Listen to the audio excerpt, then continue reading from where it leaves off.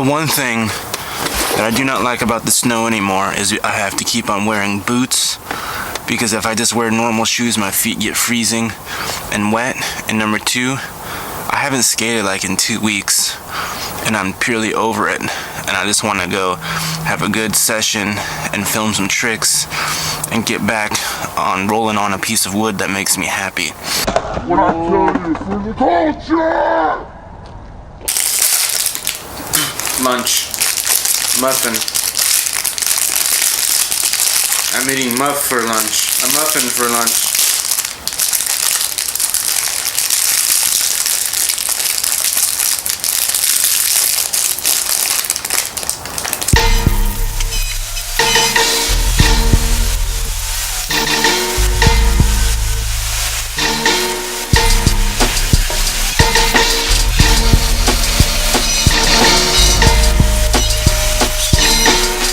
Okay, if you didn't know by now, I make t-shirts. So a textile screen printing right now. We're doing not textile screen printing. We're doing a vinyl cut heat transfer. It's only a one shirt. So that's what we're doing. If you're new to the channel, I make t-shirts, sweatshirts, skateboards, and I sell them online. I haven't sold, well, I've word of mouth too, but I had a website, but I don't have a website anymore because I didn't keep it up to date. But after I'm done, I'm building a house. So while you're watching this, you should hit that subscribe button, and then after you're done watching this, you should go back to the timeline, the back of the category of watching me build my house, because we are almost done. And I'm not gonna tell you anything about the house. If you're new to the channel, you should just subscribe and watch. So if you don't know the difference between a heat transfer vinyl shirt or a screen printed with ink shirt, basically the only difference is you use vinyl. So this stuff right here on this roll, and then you cut it out on a plotter instead of using a screen. And I forgot my knife today, so I have to use scissors. But that's okay.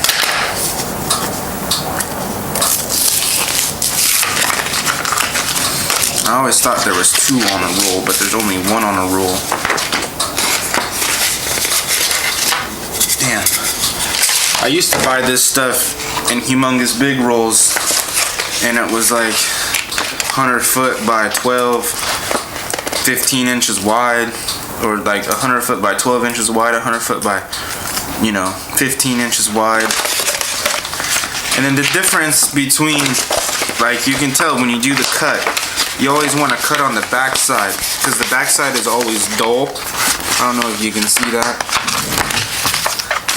And the front side is shiny, and you always want to cut it backwards, mirrored. So it's gonna look goofy when it's cutting it out, but when you pick it out, peel it out of the thing, it will look right side up when you flip it and put it on the t-shirt.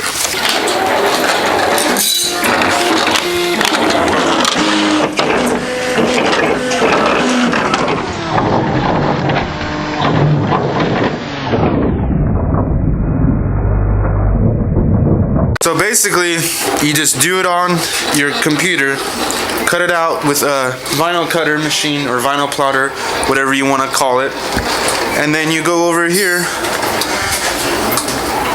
and you gotta get a heat press like this and put it on your shirt. And it's a quick way to make some money.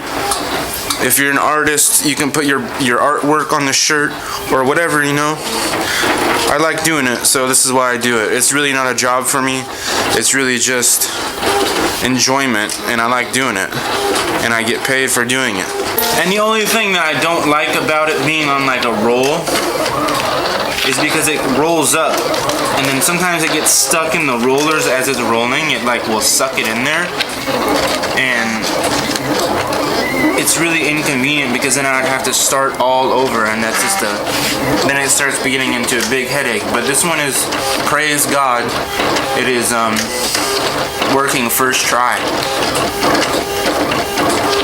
And then once I get my house up and running, this is going to be a daily routine of me making t-shirts, from screen printing to doing this. We're going to be out here more often, so if you want to learn how to do this stuff, you know, hit that subscribe button. Basically, that's all this video is about, is subscribing to the channel. Basically, that's what I'm doing out here, is trying to convince you to subscribe so maybe you can learn some tips and tricks about cameras, tips and tricks about, you know, screen printing and t-shirt making, and then like my skateboarding as well. That's what I do, and beats.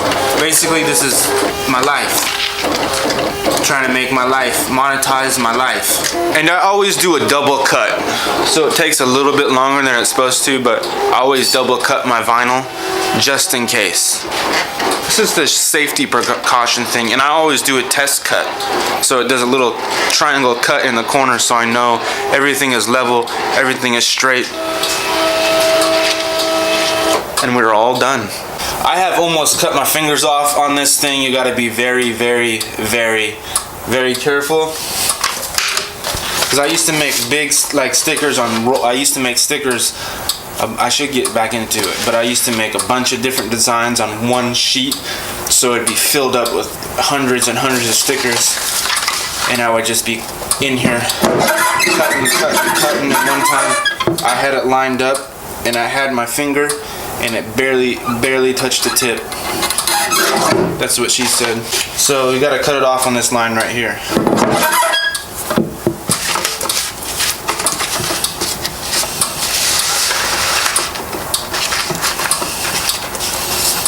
And then this is why I don't like it when it's rolled up a lot. There we go, we fixed it.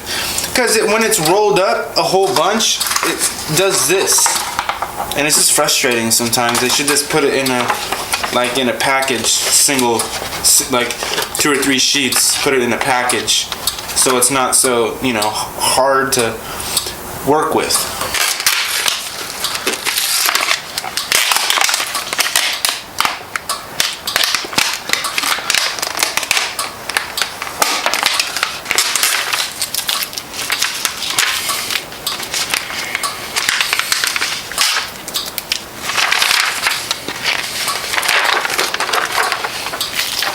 So this person specifically asked for it to be put on the back of the t-shirt.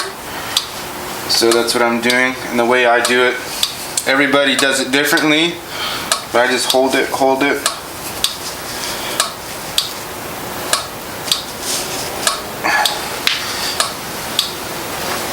Lay it up there. Make sure it's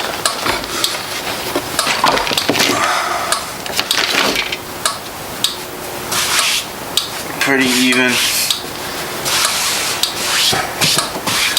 Then I press it one time before I put anything on there. That's just what I do. And I make sure that that and that is squared up. Same as like in screen printing. When you learn how to screen print, you gotta make sure that this stuff is lined up straight, or your deal is not gonna be.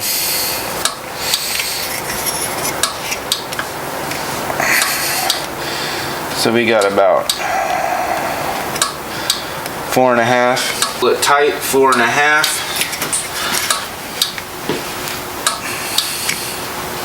See what this says. Pull it tight.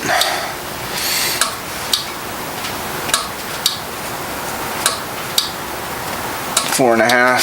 See, then you always want to double check your work, and I missed the R, but take that R, the center of in the middle of the R out of there. Get all these little pieces that are trying to stick around. Take those off. Make sure you want to do this every time you do a t-shirt. Just make sure that everything is completely off, even the little doodads, because the doodads will get stuck. So always double check. And now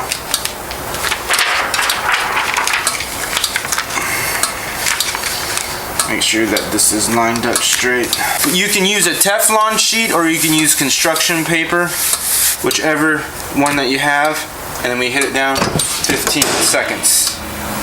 15 seconds. The countdown is counting.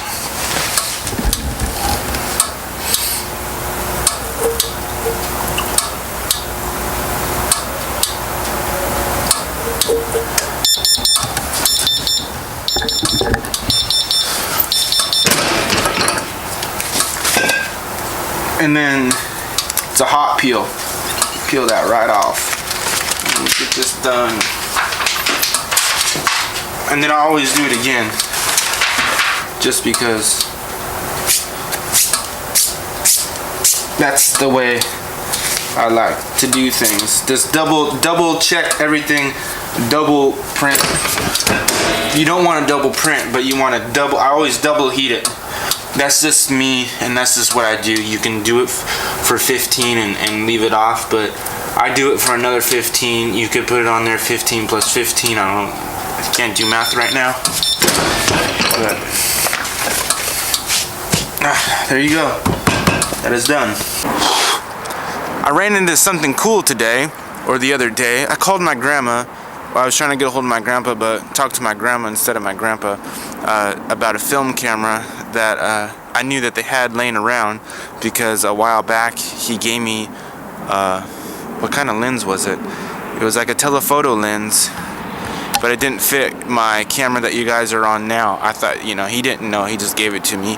But I remembered about it last night, and I thought it would be cool to shoot just rolls of film and get them developed and see what the pictures look like, because, you know, it's 2019, everybody shoots on digital.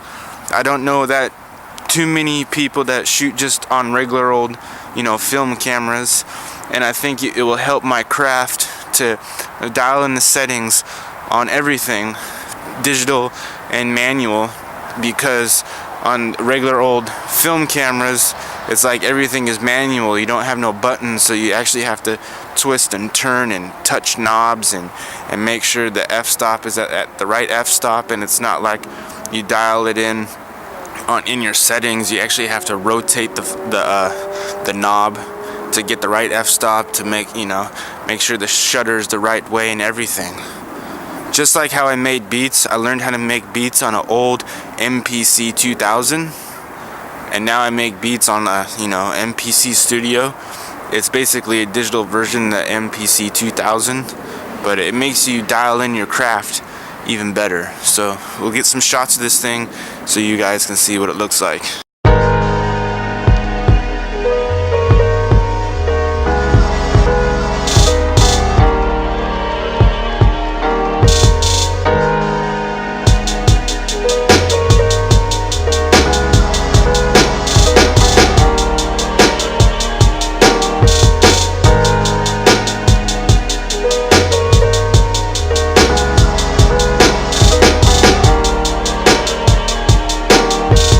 And the cool thing is that it came with an original case.